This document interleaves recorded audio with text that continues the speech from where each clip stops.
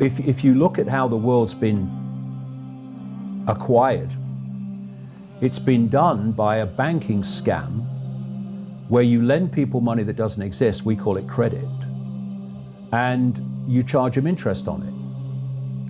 And if they don't pay the money back plus interest, then you get their wealth that does exist. You get their home, their business, their land, their resources, whatever. And we've been through a process of banks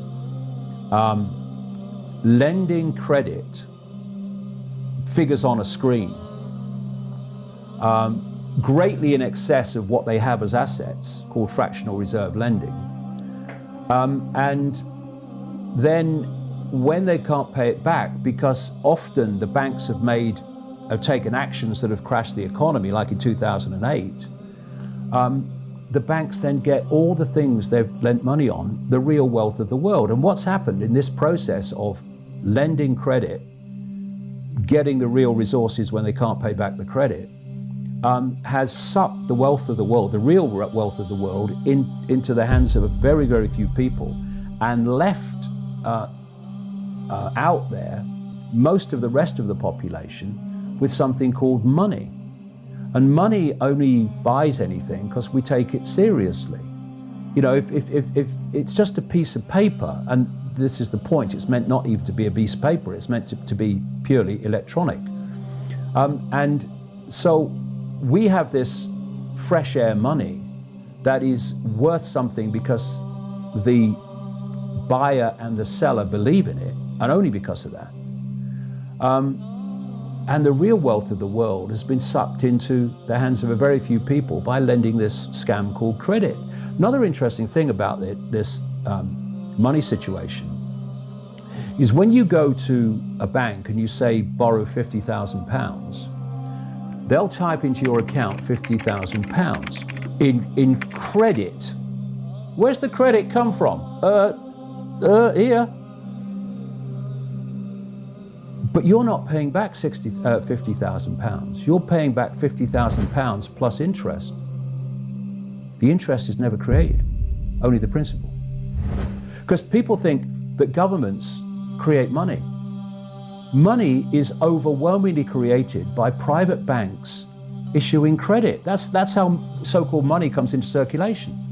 So what this means is creating credit for the principal but not the interest, is that at no point is there ever enough money, credit or otherwise, in circulation to pay back all the debt and all the interest on the debt outstanding. So people losing their homes and their businesses and their resources, etc., is built into the system on purpose. Now, when there's an expansion of the money supply, an expansion of money in circulation, Peter paying Paul, that seems, you know, to hide it to an extent.